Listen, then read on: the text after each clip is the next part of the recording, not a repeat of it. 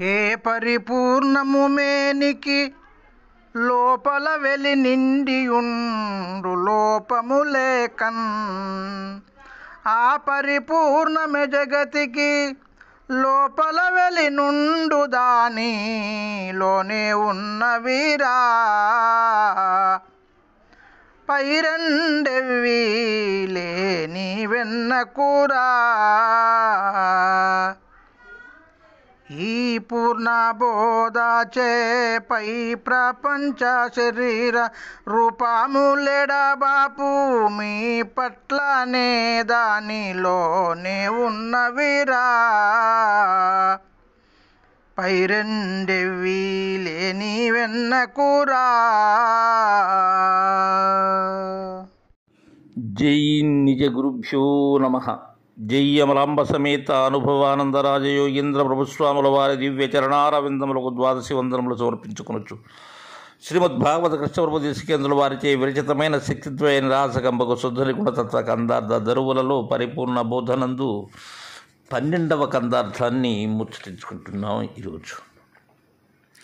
దీనికి మునుపు కందార్థంలో పరిపూర్ణమును భూమికి సాటిపరచి, భూమి ఏ విధముగా అయితే దానిలో మొలకెత్తుతున్న విత్తనాన్ని గూర్చి కానీ, అదే విధముగా మొలకెత్తినటువంటి ఆ వృక్షం ఏదైతే ఉన్నదో దానిని గూర్చి కానీ ఏనాడు తెలియనటువంటిది, తద్విధానంగానే పరిపూర్ణములో ఈ ఎరుక అనబడేటువంటిది కూడా ఏనాడు పరిపూర్ణము ఎరగదని.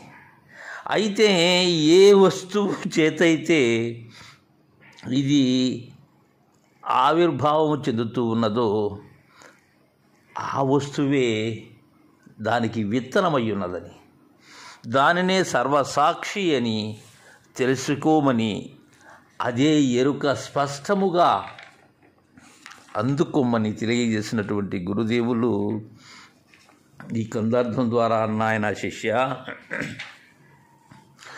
ఏ పరిపూర్ణము మేనికి లోపల వెలి నిండియుండు లోపము లేకన్.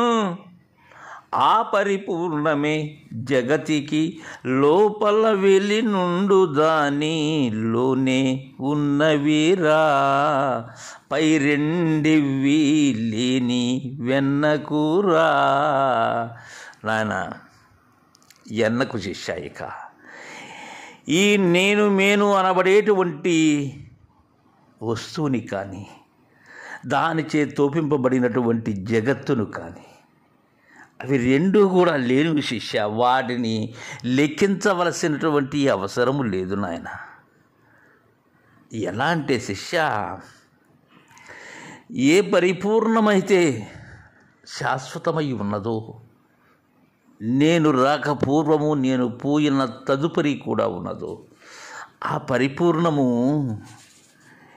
ఈ మేను అనబడేటువంటిది ఏదైతే ఉన్నదో దాని లోపల వెలుపల ఉంటుంది నాయన. అది ఎక్కడ కూడా లోపం లేకుండా ఉన్నది శిష్య. అది సర్వత్రా ఉన్నది శిష్య. అది నాలోగా ఉన్నది, నా వెలిగాను ఉన్నది శిష్య. అది ఆ పరిపూర్ణమే జగతికి కూడా తద్విధానంగానే ఉన్నది శిష్య. ఈ ఆవరణమైనటువంటి ప్రపంచము ఏదైతే ఉన్నదో, ఈ జనించి గతించేటువంటి ఈ జగత్తుకు కూడా లోపల వెలుపల అది ఉన్నది శిష్య. జగత్తు లోపల ఉన్నది, జగదాతీతమై ఉన్నది, జగత్తుకు అవ్వల కూడా ఉన్నది శిష్య.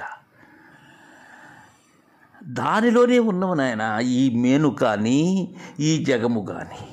ఎందుకని? వాటిని మీరి ఉండబడేటువంటిది పరిపూర్ణం.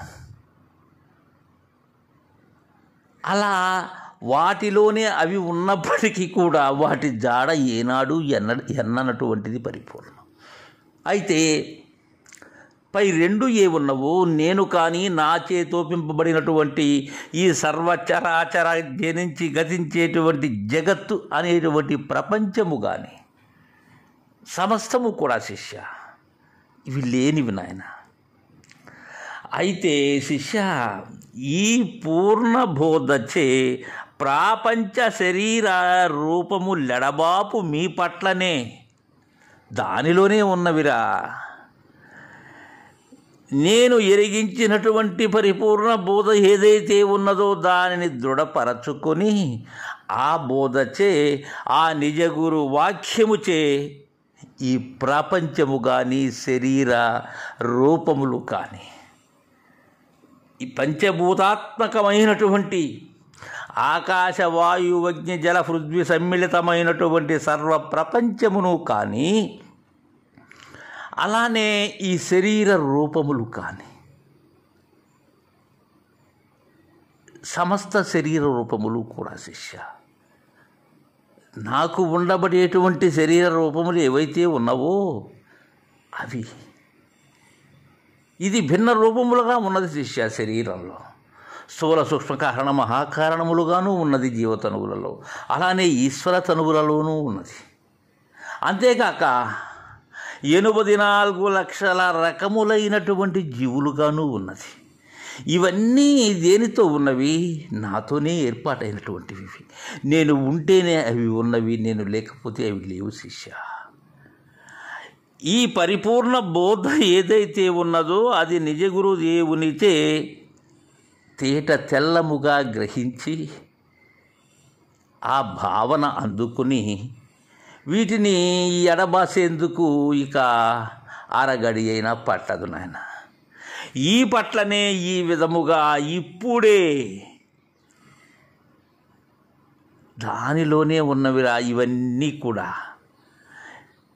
ఏ పరిపూర్ణమైతే ఈ శరీరమునకు లోపల వెలుపల నిండి ఉన్నదో ఎటువంటి లోపము లేకుండా ఈ జగత్తుకు కూడా ఆ పరిపూర్ణమే లోపల వెలుపల నిండి ఉన్నవి. ఈ మేను కానీ జగత్తు కానీ దానిలోనే ఉన్నవి నాయన. ఈ జగత్తు కానీ మేను కానీ ఇవి ఏనాడు లేనివి. వాటిని లక్ష్య పెట్టవలసినటువంటి అవసరము లేనే లేదు శిష్య.